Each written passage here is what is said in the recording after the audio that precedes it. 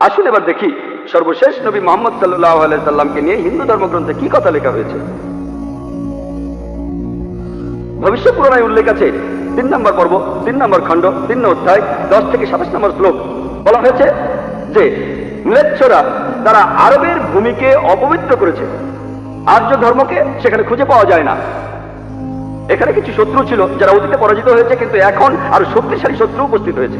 আমি একজন মানুষকে পাঠাবো যার নাম হবে মুহাম্মদ সাল্লাল্লাহু আলাইহি সাল্লাম। তিনি এই শত্রুদের ধ্বংস করবেন আর মানুষকে সুপথে পরিচালিত করবেন।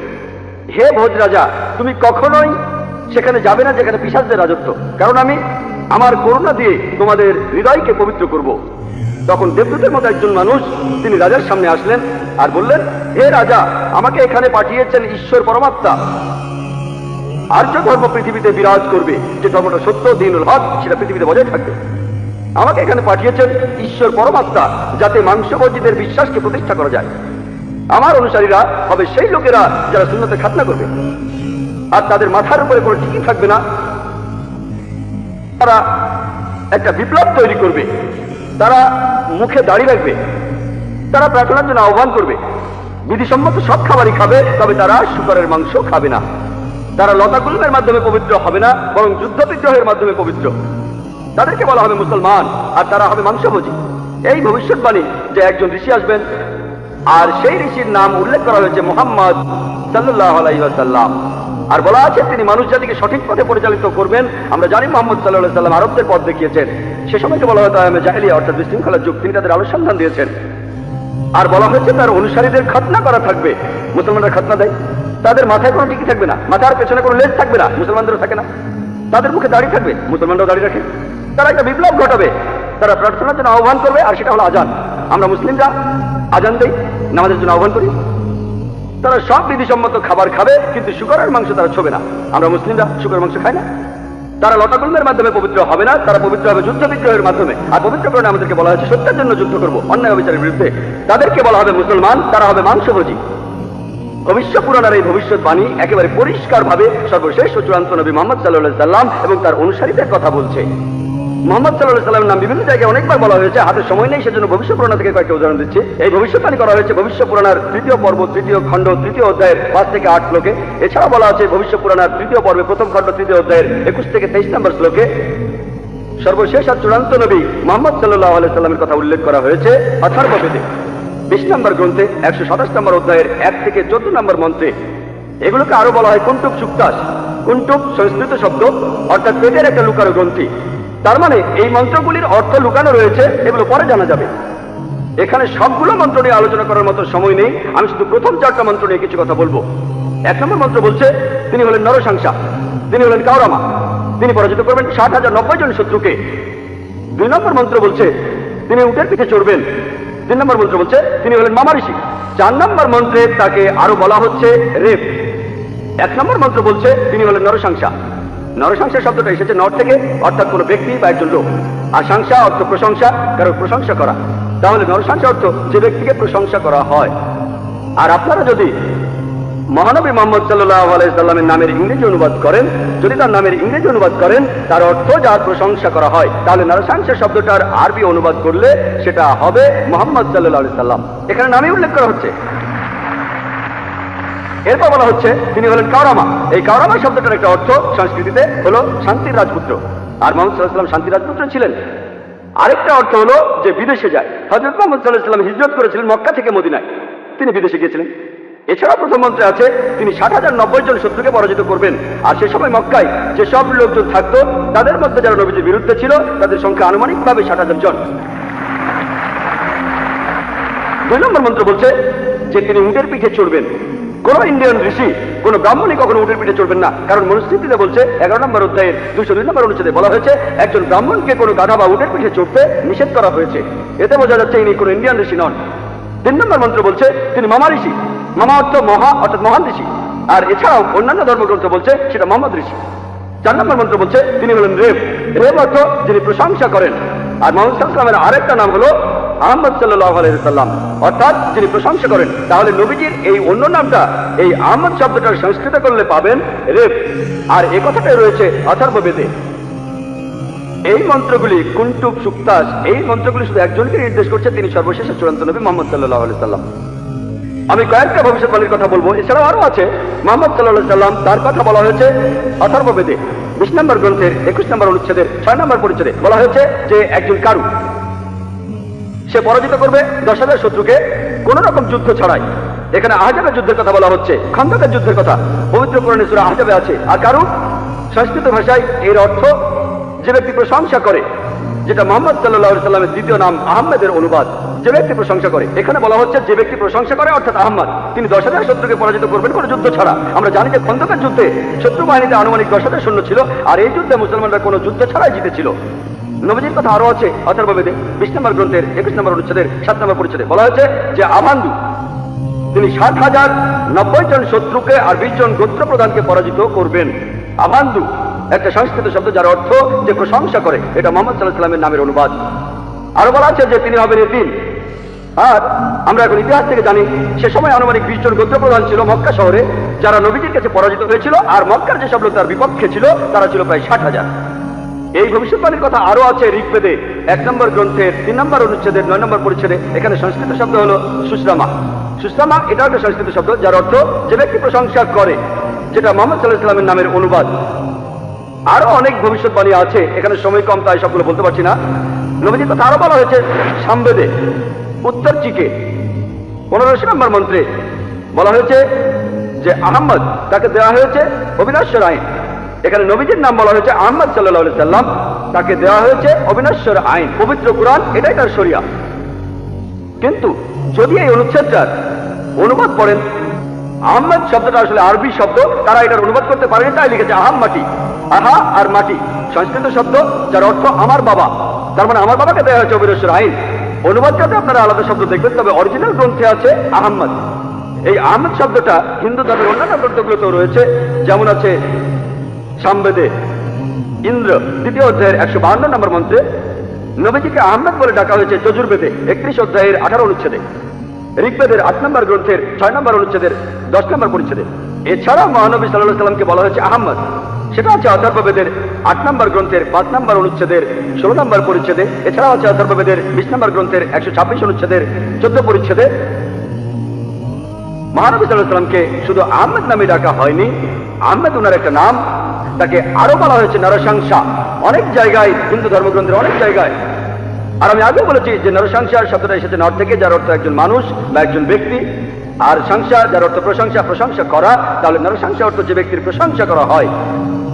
এটাই হলো সর্বশেষ চূড়ান্ত নবী মুহাম্মদ সাল্লাল্লাহু আলাইহি সাল্লামের নামের সঠিক ইংরেজি অনুবাদ। নবীজিকে হিন্দু ধর্মের গ্রন্থগুলিতে অনেক জায়গায় নরসংসা বলে ডাকা হয়েছে। ঋগ্বেদের 1 নম্বর গ্রন্থের 13 নম্বর অনুচ্ছেদের 3 পরিচ্ছেদে, ঋগ্বেদের 1 নম্বর গ্রন্থের 18 অনুচ্ছেদের 9 পরিচ্ছেদে, ঋগ্বেদের 1 নম্বর গ্রন্থের 106 নম্বর অনুচ্ছেদের 4 পরিচ্ছেদে, ঋগ্বেদের 1 নম্বর গ্রন্থের 142 নম্বর অনুচ্ছেদের 3 পরিচ্ছেদে, ঋগ্বেদের 2 নম্বর গ্রন্থের 3 অনুচ্ছেদের 2 পরিচ্ছেদে, ঋগ্বেদের 5 নম্বর গ্রন্থের 5 অনুচ্ছেদের 2 নম্বর পরিচ্ছেদে, ঋগ্বেদের 7 নম্বর গ্রন্থের 2 অনুচ্ছেদের 2 নম্বর পরিচ্ছেদে, ঋগ্বেদের 10 নম্বর গ্রন্থের 64 অনুচ্ছেদের 3 পরিচ্ছেদে, ঋগ্বেদের 10 নম্বর গ্রন্থের 182 নম্বর অনুচ্ছেদের 2 নম্বর পরিচ্ছেদে, যজুর্বেদের 21 নম্বর অধ্যায়ের 31 অনুচ্ছেদে, যজুর্বেদের 21 নম্বর অধ্যায়ের 55 নম্বর অনুচ্ছেদে, যজুর্বেদের 20 নম্বর অধ্যায়ের 37 অনুচ্ছেদে, যজুর্বেদের 20 নম্বর অধ্যায়ের 57 নম্বর অনুচ্ছেদে, যজুর্বেদের 28 অধ্যায়ের 2 অনুচ্ছেদে, যজুর্বেদের 28 অধ্যায়ের 19 অনুচ্ছেদে, যজুর্বেদের 28 অধ্যায়ের 42 নম্বর অনুচ্ছেদে। এখানে শুধু রেফারেন্সগুলোই অনেকক্ষণ বলা যাবে। যেখানে নবী মুহাম্মদ সাল্লাল্লাহু আলাইহি সাল্লামের নাম উল্লেখ করা হয়েছে তাকে বলা হয়েছে নরসংসা, অনেক জায়গায় বলা হয়েছে হিন্দু ধর্মগ্রন্থে। শুধু হিন্দু ধর্মগ্রন্থে মুহাম্মদ সাল্লাল্লাহু আলাইহি সাল্লাম সম্পর্কে কি বলা আছে তার উপরই আমি একটা লেকচার দিতে পারবো। আমি শুধু আরেকটা ভবিষ্যৎবাণীর কথা বলবো, কল্কি অবতার সম্পর্কে। আর নবীজিকে কল্কি অবতার বলা হয়েছে ভগবত পুরাণায় 12 নম্বর খণ্ড 2 নম্বর অধ্যায় 18 থেকে 20 নম্বর শ্লোকে বলা হয়েছে তিনি জন্মগ্রহণ করবেন যার ঘরে তার নাম বিষ্ণু ইয়াস, একজন মহাপ্রাণ ব্যক্তি যিনি সাম্বালা শহরের প্রধান, এবং তাকে যে নামে ডাকা হবে সেটা হলো কল্কি। 19 আর 20 নম্বর মন্ত্র বলছে যে তিনি হবেন এই পৃথিবীর সর্বময় প্রভু। তার থাকবে কিছু অসাধারণ চারিত্রিক গুণাবলী এবং তার থাকবে 8টি বিশেষ বৈশিষ্ট্য। 8টি বিশেষ বৈশিষ্ট্য তাকে দেওয়া হবে একটি বাহন, একটি ঘোড়া দেবদূত নিয়ে আসবে, আর তিনি একটি ঘোড়ায় চড়বেন, তার হাতে থাকবে তরবারি, তিনি শত্রুদের পরাজিত করবেন আর ফেরেশতারা তাকে সাহায্য করবে। এছাড়াও বলা আছে ভগবত পুরাণায় 1 নম্বর খণ্ডে 3 নম্বর অধ্যায়ের 25 নম্বর শ্লোকে যে তিনি জন্মগ্রহণ করবেন কলিযুগে। কল্কি অবতার জন্ম নেবেন কলিযুগে, যে সময় রাজারা ব্যবহার করবে ডাকাতের মতো। আর তিনি জন্মগ্রহণ করবেন বিষ্ণু ইয়াসের ঘরে, এবং তার নাম হবে কল্কি। একই কল্কি অবতারের নাম উল্লেখ করা হয়েছে কল্কি পুরাণায় 2 নম্বর অধ্যায়ের 4 অনুচ্ছেদে। বলা হয়েছে যে তিনি জন্মগ্রহণ করবেন বিষ্ণু ইয়াসের ঘরে। কল্কি পুরাণা 2 নম্বর অধ্যায়ের 5 অনুচ্ছেদে বলছে তাকে সাহায্য করবে তার 4 জন সহচর তার ধর্ম প্রচার করতে। কল্কি পুরাণা 2 নম্বর অধ্যায়ের 7 অনুচ্ছেদে বলা হচ্ছে যে দেবদূতরা তাকে যুদ্ধক্ষেত্রে সাহায্য করবে। কল্কি পুরাণা 2 নম্বর অধ্যায়ের 11 অনুচ্ছেদে বলছে যে তিনি জন্মগ্রহণ করবেন বিষ্ণু ইয়াসের ঘরে এবং সুমতির গর্ভে। আর কল্কি পুরাণা 2য় অধ্যায়ের 15 অনুচ্ছেদ বলছে যে তিনি মাদল মাসের প্রথম অর্ধাংশে জন্ম নেবেন। শুধুমাত্র কল্কি অবতারের উপরে একটা লেকচার দেওয়া যায়, আমি এখানে সংক্ষেপে কয়েকটা পয়েন্ট বলছি। এই ভবিষ্যৎবাণী এগুলো বলছে। 1 নম্বর পয়েন্ট, বলা হয়েছে যে কল্কি অবতার তার বাবার নাম সেটা হবে বিষ্ণু ইয়াস। বিষ্ণু ইয়াসের অর্থ দাঁড়াবে যে বিষ্ণুর উপাসনা করে, যে ঈশ্বরের উপাসনা করে। আর আমাদের প্রিয় নবী মুহাম্মদ সাল্লাল্লাহু আলাইহি ওয়াসাল্লামের বাবার নাম ছিল আব্দুল্লাহ। এটার অর্থ যে আল্লাহর উপাসনা করে, যে ঈশ্বরের উপাসনা করে। 2 নম্বর পয়েন্ট, কল্কি অবতার যে মায়ের গর্ভে জন্মাবে তার নাম হবে সুমতি। যদি আপনি সুমতি শব্দটার ইংরেজি অনুবাদ করেন অর্থ দাঁড়াবে শান্তি। আর আমাদের নবীজির মায়ের নাম ছিল আমিনা, যার ইংরেজি অর্থ করলে দাঁড়ায় শান্তি। এরপরে বলা হয়েছে তিনি যেখানে জন্মাবেন সেই গ্রামের নাম হবে শাম্বালা। শাম্বালা শব্দটার অনুবাদ করলে অর্থ দাঁড়াবে একটি শান্তিপূর্ণ এলাকা। আমরা জানি মুহাম্মদ সাল্লাল্লাহু আলাইহি ওয়াসাল্লাম মক্কায় জন্মেছিলেন, মক্কার আরো একটা নাম ছিল দারুল আমান, অর্থাৎ কোন একটি শান্তিপূর্ণ এলাকা। তাহলে একথা বলা আছে যে তিনি মক্কায় জন্মাবেন। এছাড়া বলা আছে যে তিনি জন্মগ্রহণ করবেন শাম্বালা শহরের প্রধানের ঘরে। আমরা জানি যে তিনি মক্কার প্রধান ব্যক্তির ঘরে জন্মেছিলেন, তিনি মক্কার প্রধান ব্যক্তির ঘরে জন্মেছিলেন, কুরাইশ গোত্রে জন্মেছিলেন। আরো বলা আছে তিনি মাধব মাসের প্রথম অর্ধাংশে 12 তারিখে জন্মাবেন। আমরা জানি যে মুহাম্মদ সাল্লাল্লাহু আলাইহি ওয়াসাল্লাম রবিউল আউয়াল মাসে প্রথম অর্ধাংশে জন্মেছিলেন 12 তারিখে। এই ভবিষ্যৎবাণী যে তিনি মাধব মাসের 12 তারিখে জন্মাবেন, এটার অর্থ রবিউল আউয়াল মাসের 12 তারিখে। এছাড়া আরো বলা আছে যে এই কল্কি অবতার তিনি হবেন সর্বশেষ ঋষি। ঠিক এই কথাটাই কোরআনে আছে। সূরা আহজাবের 40 নম্বর আয়াতে উল্লেখ করা আছে যে মা কানা মুহাম্মাদুন আবা আহাদিন মির রিজালিকুম ওয়ালাকিন রাসূলুল্লাহ ওয়া খাতামুন নবিয়্যিন ওয়া কানা আল্লাহু বিকুল্লি শাইইন আলিমা। এর অর্থ মুহাম্মদ সাল্লাল্লাহু আলাইহি ওয়াসাল্লাম তোমাদের মধ্যে কোনো পুরুষের পিতা নহেন, বরং তিনি হলেন আল্লাহর রাসূল এবং তিনি হলেন এই পৃথিবীর চূড়ান্ত নবী, তিনি শেষ নবী। নিশ্চয়ই আল্লাহ সর্ব বিষয়ে জ্ঞাত।